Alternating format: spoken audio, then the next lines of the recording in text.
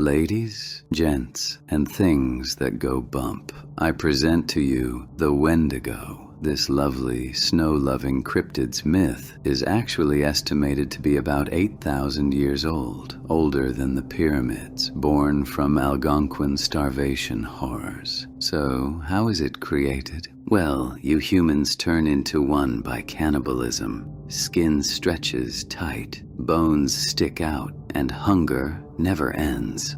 Oh, what fun that must be. There's a real disorder, Wendigo psychosis, and in 1907, a shaman named Jack Fiddler unalived 14 people he claimed were turning. Fun tip, the Wendigo can indeed infect you, so if you see one, no. Touchy. Oh, this one is funny. A girl once boiled animal fat and threw it at a Wendigo. It shriveled and weakened. Humans do come up with the best survival tips. I love it. I have more monsters. Stick around. You've heard of the Skinwalker, but you don't know everything it can do. You know it can mimic voices, sure, but did you know it can read minds? Oh, that look of concern. I adore it when humans do that. And since you're already uncomfortable, here's more. They can control thoughts and behavior. Not mine, of course, but yours? Yes. Like that? Stick around, fellow freaks. You must really enjoy the taste of terror. Wondering how a skinwalker is made? I'll tell you, though I doubt you'd want that fate. It begins with a Navajo witch initiation. To join the witchery way, you must unalive your loved ones. I agree. No thanks. There are easier hobbies. Here's one most people don't know. They can use magic. They cause illness, death, even destroy property. Or, and this is my favorite, they make corpse powder from the dead, grind it up, blow it at someone, and watch them waste away. That scent of fear? Intoxicating. My advice? Ignore strange voices in the woods. The other monsters waiting to be revealed are dying to meet you. So stick around, or I might send them to find you first, my mischievous misfits. Today we have the Aswang. She's your hot neighbor by day, but by night she's trouble, and not the fun kind. This one is the vampiric type.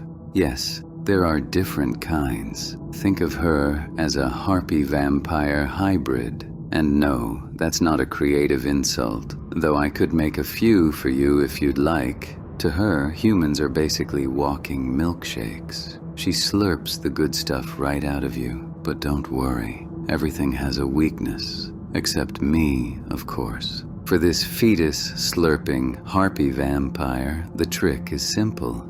Treat her like a giant slug and throw salt. If that amused you, you'll love the next part. To the Manananggal, another member of the Aswang family, but one with a far more dramatic flair. While the vampire-type Aswang stays whole, this one literally splits in half. Her top half sprouts bat wings and flies through the night, while her legs stay behind like abandoned furniture. She also has a thing for sucking. No, not that kind. Naughty. She uses her long, narrow, straw-like tongue to drink fetuses and organs. Efficient, really. Someone in 2023 claimed they saw one, though they might have just had too many drinks. You humans hallucinate so beautifully. Her weakness? Salt again. Sprinkle it on her abandoned legs, and she goes boom. So, if you visit the Philippines, pack salt, not sunscreen. I have plenty more monsters waiting to meet you. Stick around, or they might get impatient and find you first, my wicked wanderers. Tonight's delight comes from deserts older than your entire species, the Jinn.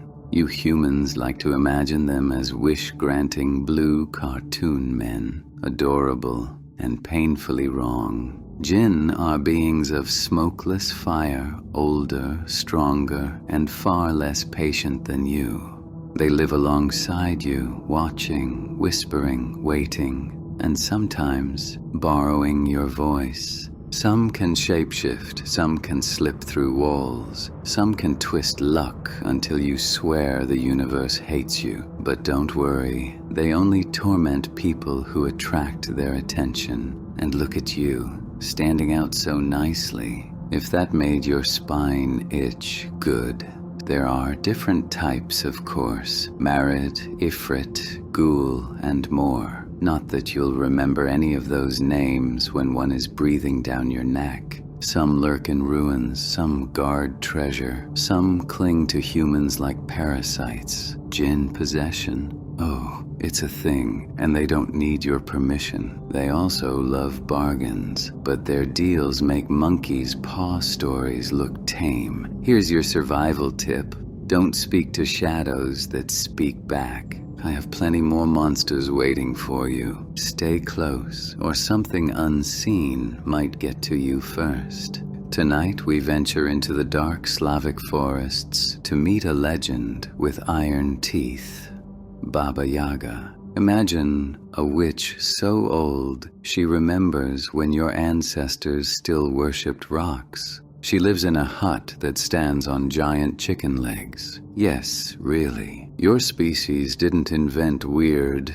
it inherited it. Although some of you are quite interesting. She flies in a mortar and pestle, and if she spots you wandering her woods, she might help you, or she might eat you. Depends entirely on her mood and your usefulness. If you enjoyed meeting Grandma Nightmare, Baba Yaga's story gets even better, or worse, for you. She isn't just a monster, she's a force of nature, a guardian, a judge, and occasionally a walking disaster with a sense of humor. Heroes visit her for knowledge. Some leave wiser, some leave in pieces. She gives impossible tasks: clean the house, sort the seeds, survive the night.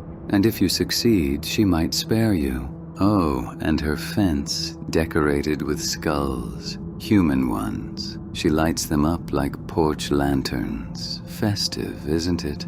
More monsters are gathering for their introductions. Stay tuned, or I'll send Baba Yaga's house to come tap tap tap on your window. My little shipwrecks, you think mermaids are pretty girls brushing their hair on rocks. How precious. Real mermaids, the old folklore kind, were temptresses of disaster, storm callers, drowners, scale-skinned sirens with teeth made for tearing, not kissing. They sang sailors into the waves with voices sweeter than lies and colder than the ocean floor.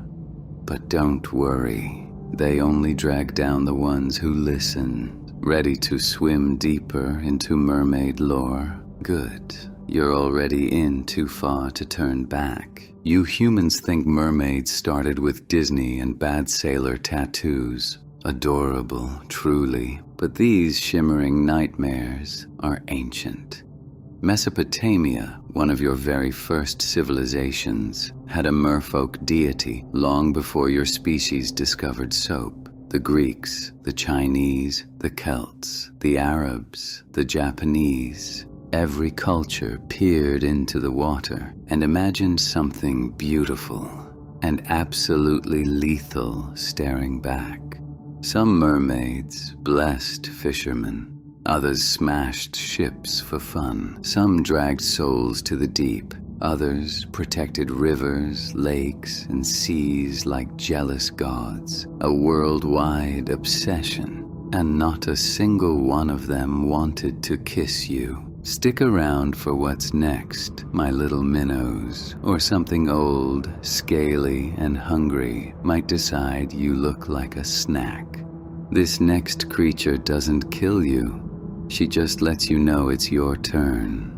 The Banshee. She appears as a ghostly woman, sometimes young, sometimes ancient, but always screaming. Not the fun kind of scream either. The someone in your family is about to drop kind. Her wail pierces bone, soul, and hope. You don't run from a banshee. You simply brace yourself. More monsters are lining up, dying to meet you. Stick around, or a screaming banshee will be the least of your worries. My dear misfits, let's finish your lesson in Irish dread. Banshees didn't appear for every family, only for old, noble bloodlines. So if one screams for you, well, congratulations on the ancestry upgrade. Some banshees gently wept outside your home. Others tore through the night like a soul-shredding alarm clock. And the saddest twist, she doesn't bring death, she mourns it. A loyal spirit crying for a life she can't save. More monsters are waiting their turn, claws tapping with excitement. Stick around, or the banshee will be the gentlest thing you encounter. Tonight's treat gallops straight out of Irish legend, the Dullahan. Imagine a rider in black on a night-soaked horse carrying his own head under his arm. The head smiles, but not in a friendly way, more like a "I know when you'll die" kind of smile. He rides only to deliver one thing, your expiration date. When he calls your name, that's it. No bargaining, no hiding, no refunds. If you're brave enough, you fearless little mortals, let's talk weaknesses, or rather, the lack of them. The Dullahan cannot be stopped. Locked doors, meaningless, crossroads, laughable, prayers, cute, but he does hate one thing: gold. Even a small amount can repel him, which is great news, unless you're broke. His whip is made of a human spine. His head glows like decaying lantern light. And when he stops riding, someone nearby stops breathing. More monsters wait for you. Stay tuned, or the Dullahan might add your name to his route, my night dwellers. Let's speak of something refined, something elegant, and something dangerous, something that doesn't chase you. It invites you in. It lures you in with sweet lies and illusion, all dripping with danger. The vampire. Long before capes and castles, vampires were hunger given form. Ancient spirits, like the Ekimu of Mesopotamia, restless dead who fed on the living because burial rites failed. No romance, no seduction, just vengeance and thirst. Only later did you humans dress them up like aristocrats of the night, immortal lords who sip blood like fine wine. But make no mistake, a vampire doesn't love you. It collects you. You're still breathing. How fortunate. Vampires weren't born from one place. Nearly every culture has one. The Strigoi, the Upir, the Asanbozum. Different names, same hunger. Interesting, isn't it? Even your beloved literature wasn't a coincidence. Frankenstein and the vampire were conceived the same year, same gathering, same stormy night. Monsters inspire monsters, and vampires, they don't fear crosses or sunlight because of magic. They fear exposure, the truth, being seen for what they are. Immortality isn't a gift, it's a sentence. More creatures are waiting in the dark. Stick around, or something ancient might decide you're worth keeping.